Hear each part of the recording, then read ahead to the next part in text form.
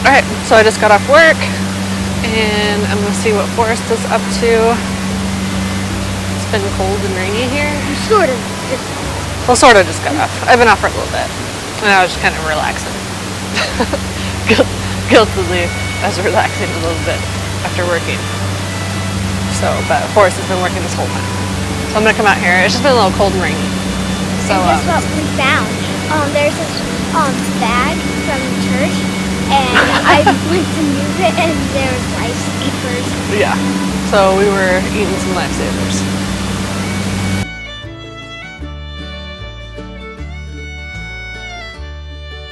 Looks like he's using this compactor. Rentable compactor.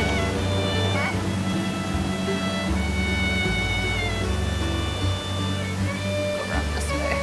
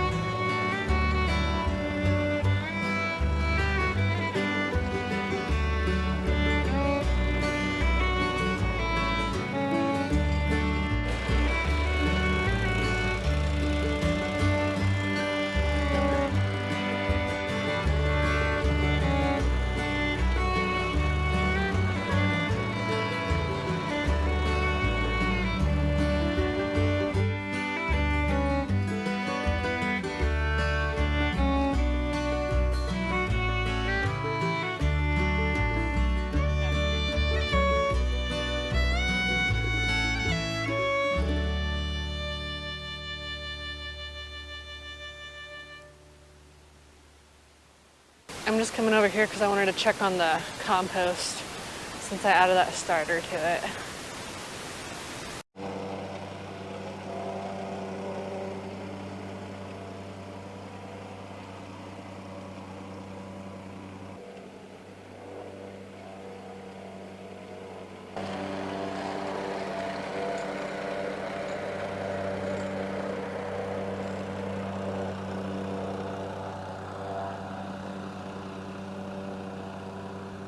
And I'm gonna go check the mail while he's doing that. Looks good. Looks nice and compacted.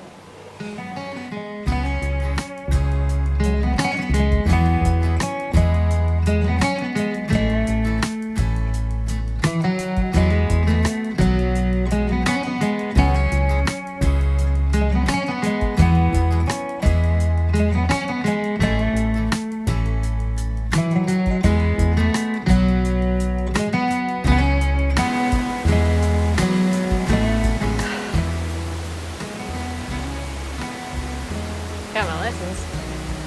Already? Yeah. They knew I'd be back. Driveway looks good. Looks all nice and compacted. Saw all the supply stuff over there. All the supplies. Saw them. Just got dropped off. Pretty cool.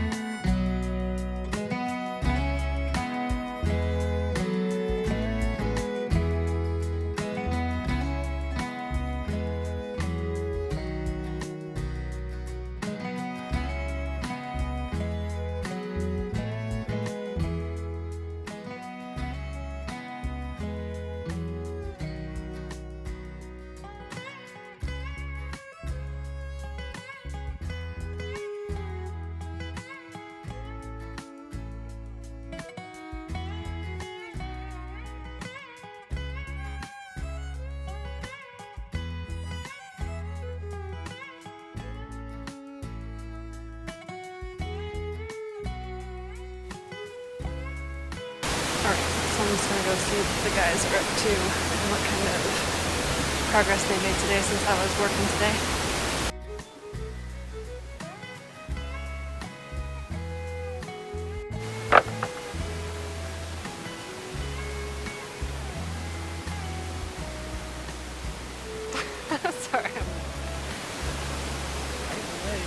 I know. That's where I like to be anyway. And then the neighbors were nice enough to bring us over their kids' old trampoline. So we have a trampoline now, so that's pretty exciting. Did you really? Oh, that's fantastic.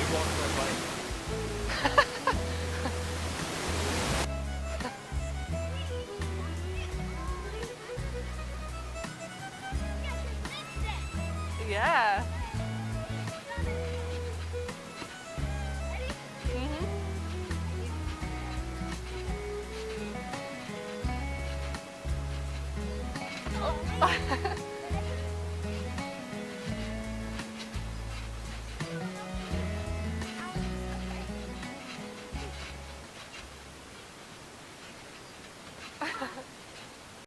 Get back to work.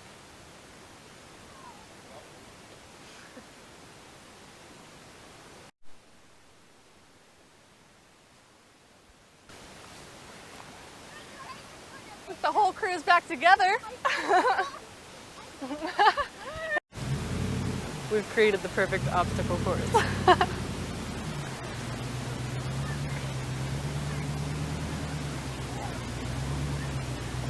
You got it.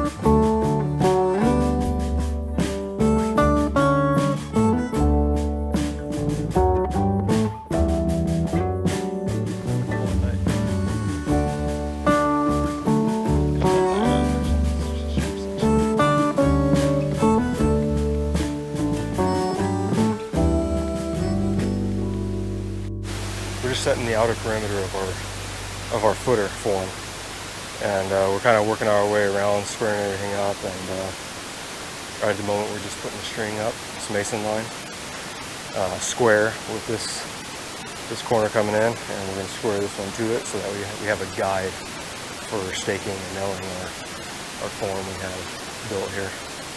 And we've already done it on that side and that one, so we're going to square it.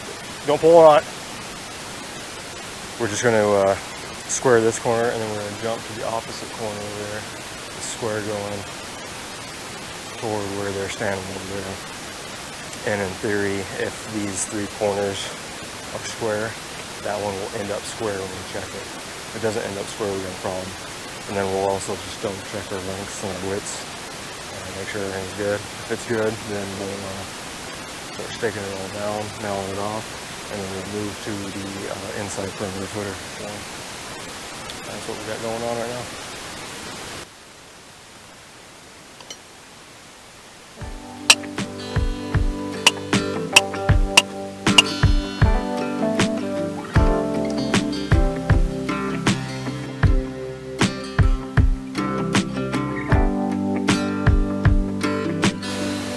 Looks pretty lined up, but man, I'm looking at that trench. My excavator didn't dig that very straight. I'm just kidding.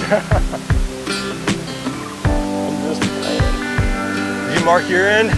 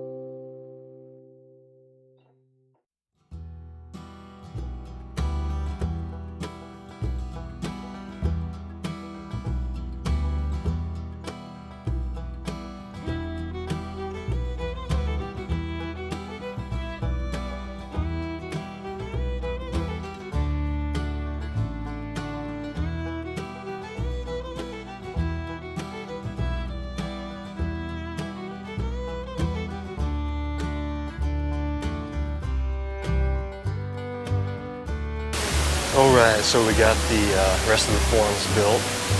We've staked them in place with these little 1x2 wooden stakes we purchased. And we set it to the proper footing elevation with our laser level. And so now what I'm getting ready to do is I only put about half to 3/4 of the amount of stakes that I want in there for the core.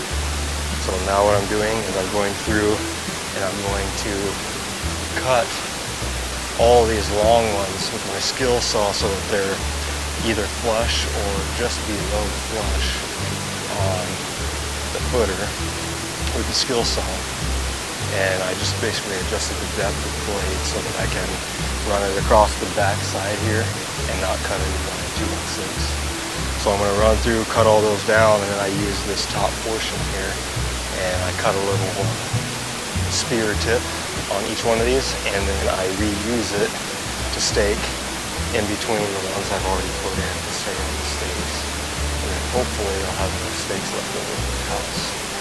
And then this here you see going across my footer, this was just a temporary, basically a temporary spacer that I built so that I could hang it on the side, on the walls, butt it up against that gives me my proper spacing for the foot.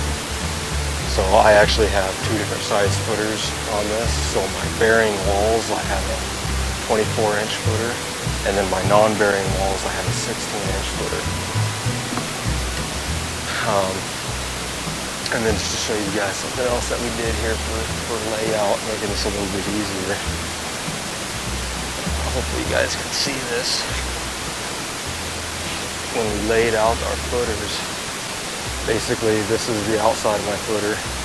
Then I put a mark for outside of stem wall, and then I also put a mark for inside of stem wall, and then I have a mark for my inside of footer, which is this wall here. And I do that for going each direction.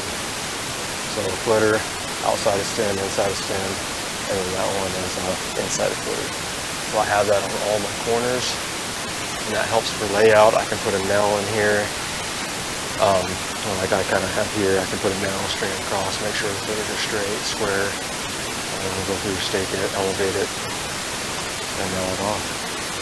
So, yeah, we're gonna get to work on trimming these all down, staking it, getting it really in place so that the concrete doesn't displace the footers.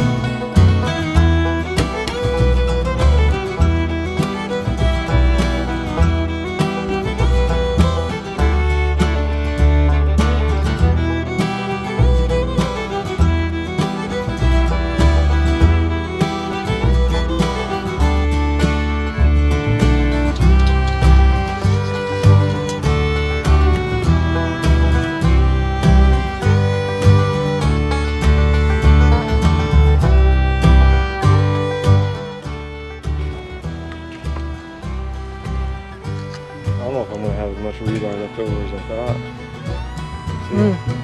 Here's your water.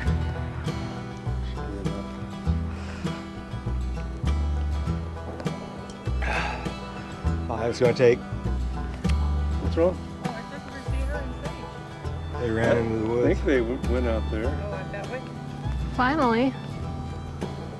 Finally? Yeah. I feel like it's taken them a while to play in the woods. Like they've been playing mostly. They've been in and out, but yeah, mostly out here. But they've been in and out there. Kids love dirt, man. Yeah. They do like dirt. Are you kidding me? Dirt hills? This is awesome for them. It's true. Absolutely. Cutting and bending rebar. Got all the horizontal bar in the footer. Cool. And now we're just prefabbing all of the verticals that go from the footer to the stem wall. So we had to play around with the bender a little bit to see what our overall length was in order to bend it and get the right size hook we needed with the right size vertical length, and got that figured out. And so right now just going through cutting them all first, and then we'll have to go through and bend them all so that they all end up looking like that. Nice. So where's your pile of the ones that you're done with? Right there. Like I just told you. We played around to get the right measurement, and that's Okay. what we need. We found out what length we need to be able to bend, to just cut them all, and then we can go through and bend all these, and they'll end up just like that one. So that's what Cool. we're doing. 20-foot lengths. Show me what you guys were working on with the rebar throughout the whole thing. First, I want to see you try to cut one of these. Oh yeah. Well, first you gotta show me how to do it because I don't know how to do it.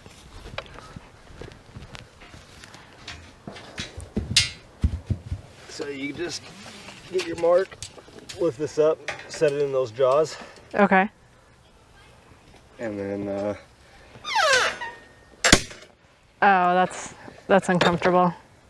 and then you cut it just like that. I feel like it's a trap because I feel like if I'm able to do it, he's just gonna be like, all right, I need you to cut all of these. It's the perfect trap. And then I can go start installing them.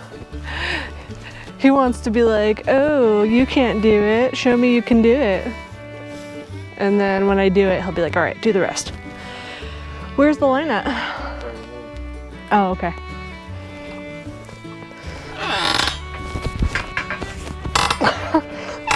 Got it.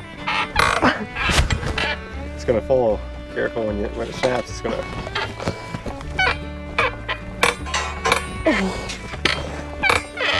That's hard. Now get our boat. There you go. Just be ready for it to snap. Push. Push. It's right there. Oh. Oh. That was difficult. I'm sure I made it look easy though. So you got the rest of them, right? They're all marked. This is your pile, huh? Not pile. That's tough. Did I mess it up doing it so slow? No. Oh, you have to lift it up. There's pressure on it.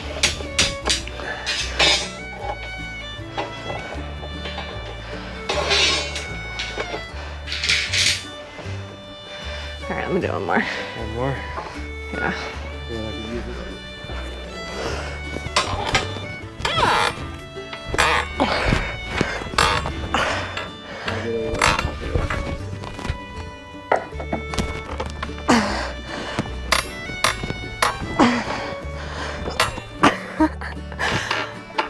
A lot easier than the first one. That was a lot better.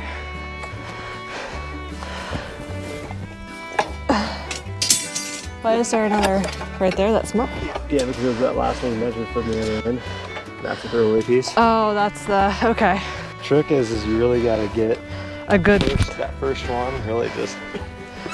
yeah. It's not gonna, they don't fly, do they? Okay. In my head, it was just like, and got me. Didn't even happen, but in my imagination, it did. Oh, that's cool. That's cool. When you flopped it up and it did the wave.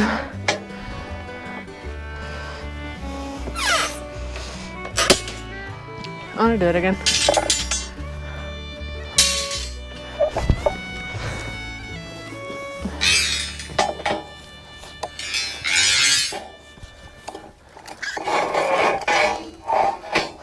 That black line goes right in the crack?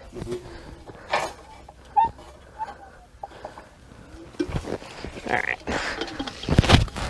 Another thing is, it's a little easier to cut it if you don't see that ridge running on each side. If you don't put that ridge, if you point that ridge up. Okay. Little soft spot.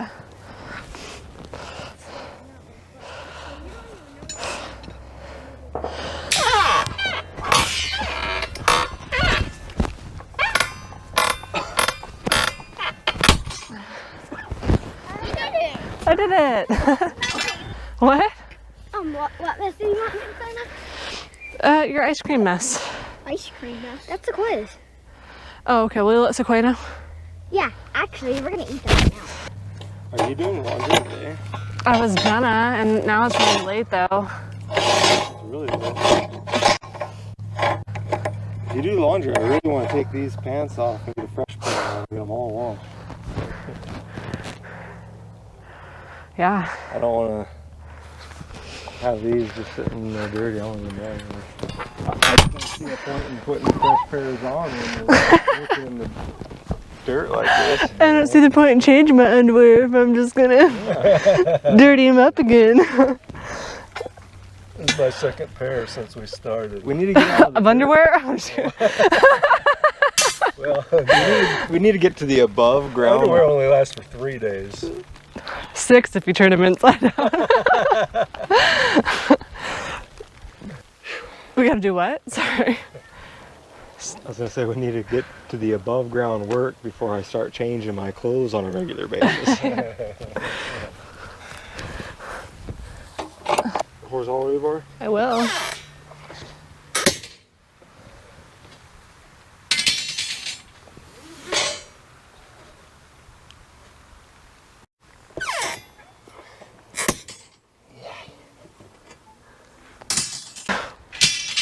How many of these do we have to get done? So we have 2 different hook lengths, short and long, for our 2 different footer sizes. But all together, there's approximately 200 vertical rebars. 200. Nice. And then there's going to be 20-foot lengths left over, and those are going to be for the 3 horizontal runs that get tied to the verticals Okay. in the stem wall. A lot of rebar. Step into my office. So he's just gonna sort of walk me through what he's been getting done today. Well, the day started off with stubbing up our electrical conduit. And then after that, we started on rebar. And Why don't you show us the electrical conduit? So we talked about this a little bit yesterday about how he was marking out where the electrical conduit would come up, and today that was actually done. action. So the day started off with stubbing up the electrical conduit. We just took a 90-degree elbow and glued on a little stick to it to get stubbed out from the footer a little ways. And then on yesterday's film, you seen us lay out the stud location so I could stub it up in the middle of the stud cavity. And so this morning we got here, we just I dug out a little bit under the footer, put the elbow in, and then I made some marks so that I could basically get the center of my conduit in the center of the stud bay. And then what I did is I cut these cleats here and nailed them into place so that would hold it directly in the center. And then after I did that, I basically measured out and put some marks of where the beginning of my stem wall is, outside of stem wall, inside of stem wall, and then where my bottom plate sits on that. And then made the adjustment in that stud cavity to where it'll come straight up into the panel. Looks good. And then, yeah, of course, after the footer's poured, because the footer comes up to here, we'll glue another nipple into that bell end and get us above the stem wall form. And after we got that in, we basically started on rebar. So you can see the 3 rows of horizontal rebar in the footer. You can get away with 2, I believe. Code allows you only 2, but I put 3, and one of the reasons why I put 3, obviously besides it being stronger, is it gives me a second point to tie my vertical rebars to help hold them in place. And we'll show you what I mean by that once we actually start tying the vertical rebar. But yeah, other than that, the only other thing really to point out on this rebar is to make sure that when you have to splice two pieces together to keep the row going, just make sure you look at the code requirements on the size of rebar you're using, and make sure you get the required lap splice distance, they call it. So different size rebar takes a different lap splice distance, so make sure you get that right. And then you usually want to try to keep splices staggered from each other. You don't want just a row of splices all in a row, because that would be a weak point for every single bar if they're all in alignment. So that's what we tried doing when we run this out, is just stagger the splices and make sure our splice lap distance was correct. And then obviously the other thing is however you decide to do it, there's different ways to do it, but I went with these little Adobe rebar chairs. Make sure you get it lifted off the surface of the ground by 3 inches. And of course you want to do that so you don't get any, you can't have your rebar resting on earth, because one, it's not giving you any strength advantages there, and then the other thing is the moisture will track into it, and then it'll just basically rust out all the rebar inside the concrete. So yeah, that's basically what we got going on today. And then hopefully tomorrow we'll be able to show you some progress on all the verticals. And then I also wanted to share a milestone that I had the other day with our compost pile. I went to go empty in some compost into it, so I dug out the hole, and it was actually super hot, which I was excited about, because this whole time I was worried that maybe I was doing something wrong, getting something wrong with my ratios, or I don't know, that I was just gonna have a big huge pile of trash that wasn't gonna decompose, that I was gonna have to pick up afterwards. So I don't know if it has to do with the bokashi starter, compost starter that I threw into it, or if it's just because we had gotten some rain and the water sort of got it going, but I'm pretty excited. Get your phone on you? Yeah, I see it. I guess. Also, we just want to say that we really appreciate everyone subscribing to our channel and liking and commenting, because it really helps us out. And also, we're going to put some of the products that we use down in the description box below through our affiliate links, and it just helps us out, since it takes a lot of time to put together these videos, and it doesn't cost anything extra to you guys, but we get a little percentage, so it's kind of like an incentive to keep sharing this journey with you guys. So we'd really appreciate it. And also we'll just recommend products that we like and products that we use and that we thought were helpful throughout this whole process. Yeah, some of the tools that are helpful, some of the tools that are necessary to do a project like we're. And I'm going to include some of the books that I like too, because there's some nutrition books that I think are really important that people should read and know about. So I'm going to include my Weston A. Price book that I already tell everyone about. And we'll probably include a Dave Ramsey book as well, since being debt free is something that's super important to us. I can't see the mark. But yeah.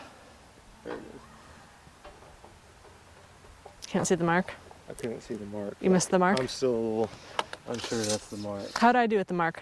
Did I miss the mark? Did I miss the mark? Oh, you blew right past it. Typical.